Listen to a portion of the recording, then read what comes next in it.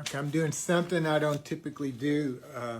I'm recording this before I preach, and it's because Ephesians 6 is about spiritual warfare, and the first and second reading, the first reading in the gospel are about choosing God, choosing Jesus. And I wrote 6 sermons, and so this is kind of filling out. So if you didn't listen to the sermon, you're not interested, that's fine. The Genesis stuff, there's going to be plenty of Genesis stuff coming out. So the first thing in Joshua 24, this is some of the background.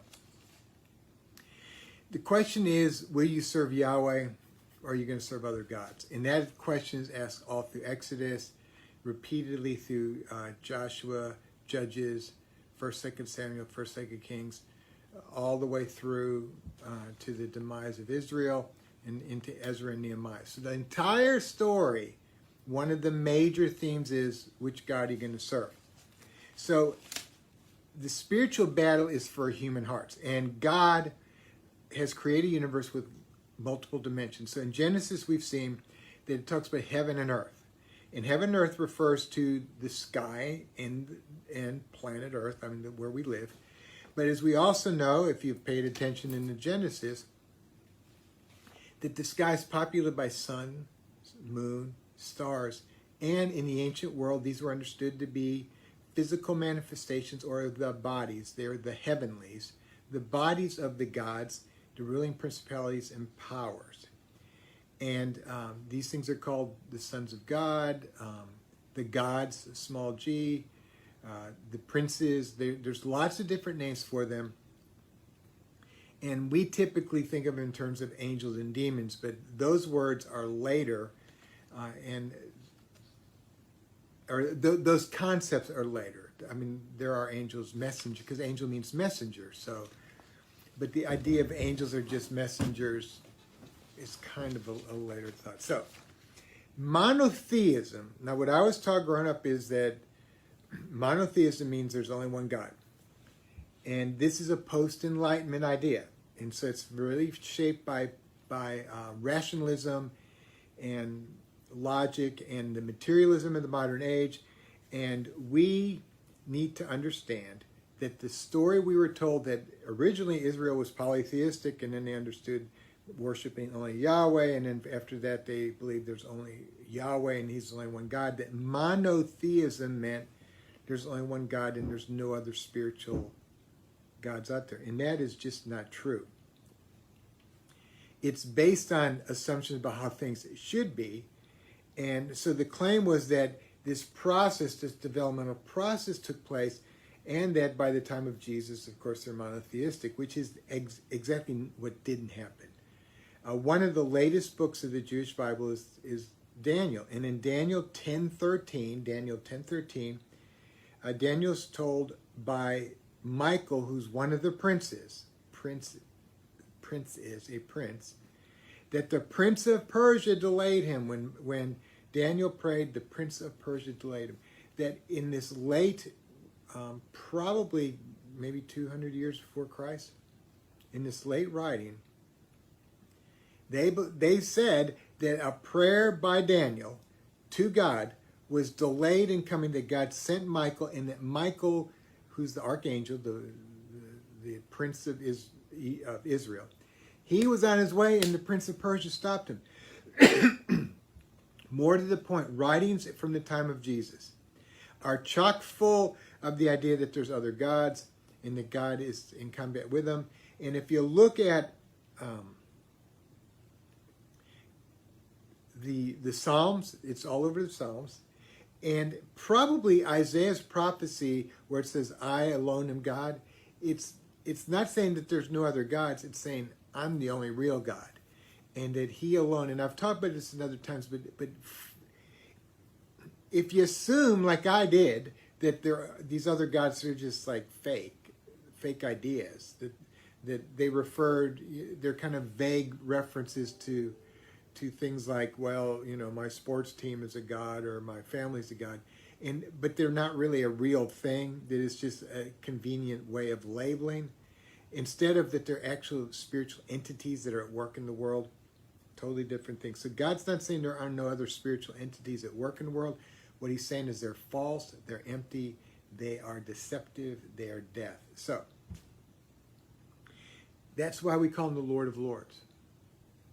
And that's why the Psalms and other writings from the New and Old Testament, the Jewish Bible and the Christian Testament, are filled with it.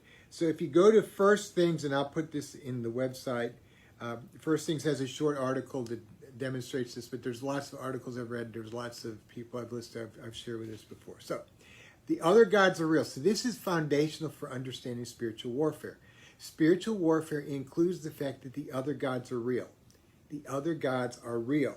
They're not simply bad ideas or poetic metaphors without any referent in the real world. So, for example, if you look at, and I'm not, even though I've got 8 pages of notes, this is literally like a book, a 500-page book that I'm trying to compress into some commentary to fill out my sermon, which is going to be 500 words, 8 to 10 minutes. So, look up God of War. Every nation has, in Latin America, South America, in Native Americans, in Northern European nations, Southern European nations, Africa, everywhere you go, East and West, there are gods of war. Now, they all have different names. And the fact that they have different names doesn't alter the fact that there is a spirit in the world, which is the God of War. And it's worshipped by different names in different places, but the reality that God of War is at work then all over the globe and is at work among us now. So the myths and the teachings and the stories, see, the word myth to us means it's not true. And actually myths are not only true, they're bigger than fact. So truth and fact, see, the modern world, to be true is to be a fact. And in the ancient world, to be true is to be a myth. So a myth, now even though the word myth can also be used as empty stories, I'm not saying, but there's lots of words that have more than one meaning. Like sanction. A sanction is someone giving you their blessing, permission, and it's also giving you a punishment because you did something without their blessing or permission. So the same word can have 2 different meanings. Right? They're under sanctions because they engage in unsanctioned activity is actually perfectly logical English. Our current social divisions, when you look at how people are interacting, you can see how they are possessed or by a spirit which closes them off to all but one aspect of reality. And it's why in these conflicts you see such anger and violence, because there's a spirit at work in us. And I'm going to go on to talk about how to interpret that word spirit. Israel embraced other existing beings. When it turned its back on Yahweh and worshipped other gods, those gods were real. And they were under their authority and power, corporately and individually. So these ruling principalities do exist, and that leads to the next question, well, why don't we see the gods? That's what most critics of this say. Well, where are the gods? Why don't we see them? So, we talk about perception, and I don't have time in my sermon to go into all this, but this is key. So in perception theory, anybody been on the internet and saw that the question, what color is this dress? Or what color are these shoes? And what color are these shoes? Are they teal and gray or pink and white? And I have another, you can go see this if you haven't seen it. So literally, I mean, I've been with people who say, what color do you think they are? And to me, they were teal and gray. And they said, seriously?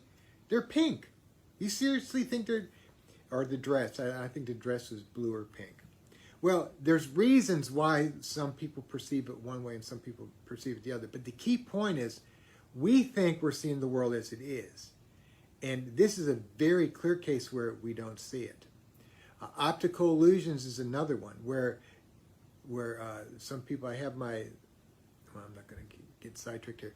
There's lots of things that some people can see and others can't. I remember back when I was at Youth Villages, they had these pages with wiggly designs on it, and if you looked at it with your eyes a little bit crossed, you could see a 3D image come out of it. And it would be like people would sit and stare. I don't see it, I don't see it. But once you saw it, then you could go through each one and you figure out how to make your eyes where you could. And so there might be a dinosaur or a bird flying or a mountain or a sunset. But these just flat places with wiggly lines that didn't look like anything. And anybody who remembers that back 30 years ago knows what I'm talking about. They were all the rage. Our perceptions are limited and frequently inaccurate. Then there's this other process of seeing. And I've done this in training myself. So there's a training video where basketball players are throwing basketballs. And what you tell people is count how many times they throw the ball. So these guys, 3 or 4 guys just throwing a basketball. And during the video, a giant gorilla, it's a man dressed as a gorilla, comes out, beats his chest, waves, walks around, and then leaves. So it's on the screen while these people are throwing the basketball. And in research with people, what they found is half of the people watching the video never see the gorilla. Now, how's that possible? How can you not see something, a full-grown man, as big as anyone in there, walking straight through the middle? How come people can't see it? And the answer is because when we are focused on something, a lot of times our mind does not allow the perceptions to enter. So, why don't we see the gods? Because we have been programmed not to see the gods. We've been programmed to see the world as flat, as a material world where the spiritual realities are not realities at all, but they're delusions. So, this is called perception bias. Perception bias includes, like racism is a perception bias. So in racism, you impute on a group. So you talk about white people or black people or brown people or Christians or pagans or whatever. Perception bias is that you have assumptions and therefore you project onto these groups what you expect to see. So you end up seeing what you expect to see. And then there's another thing, confirmation bias. So confirmation bias is the tendency to search for, interpret, favor, and recall information in a way that confirms or supports one's prior beliefs or values. Which is why when Christians talk about pagans and pagans talk about Christians, it's so horrible to listen to. So we select the information that supports our views. The reason why we have the mask controversy and the shot controversy and whatever other controversies we have is because people are only honing in on one aspect of the problem. So stay home, save lives. Stay home, save lives. And we block out any other information like the psychological impact of people being in lockdown, the efficacy of masks, in the simple, well, they work, and not looking into other issues, or looking into other issues and only focusing. So if you go to Revolver, every story in Revolver is about mishaps with people who've been vaccinated, deaths of people who've been vaccinated, places where people wearing masks, it doesn't work. And it's always the counter evidence. And they got doctors, they got research, they got everybody you want there. The global warming, you go to the global warming people and they say, it is absolutely scientific fact. And then you hear all these other people say, well, there's a few things they're not looking at. And anybody who knows anything about history knows that history has prided itself on the majority opinion is not only often wrong, but it's almost always wrong about some things. So, confirmation bias, if you believe that religious people are primitive, that they have low-functioning minds, that it's superstition, anything you hear about the gods, any data someone gives, any interpretive elements, you're not going to listen to it. Now, it's also true of Christians, religious people. And so you have people who see a devil behind every corner, who have this simplistic approach, and it's so simplistic, like they don't factor in psychology, sociology, they don't factor, it's just, it's the devil, it's the devil, it's the devil. Both of them are blocked off from most of reality as they hone in on just one thing. So,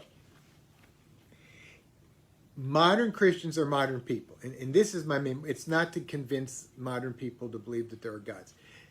It's to convince Christians that there are gods. It's to convince Christians that there's a spiritual reality which shapes and forms our world, even as our minds are shaped and formed by modernism. So modern Christians are shaped and formed by the modern world, which means we internalize its assumptions and its standards.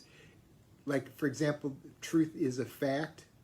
And we read the Bible as fact, not as truth. And we read it as a modern person, not as an ancient person. And what that means is we end up having a non-biblical interpretive aspect to this. So what we do is we mix in stuff into the ancient Middle Eastern culture, which is Western and modern, and don't see how we cannot read the actual text there. And I've talked about this ad infinitum. But primarily where I'm concerned is how materialism impacts our view of the spirit realm. So what we do is we talk about the devil as a spiritual being, but we articulate it in a way that really he's what we mean by that is, well, he's a man or he's a monster, superpowered monster. He's just invisible. And what we mean by spiritual is invisible, and that's not what spiritual means. So that's why a lot of the teaching, and I've been trying to listen to a lot of teaching, and there's all these videos on spiritual warfare, and man, they are loaded with, we must fight the battle. We are in pictures of angels and muscles and warriors, and it's all very materialistic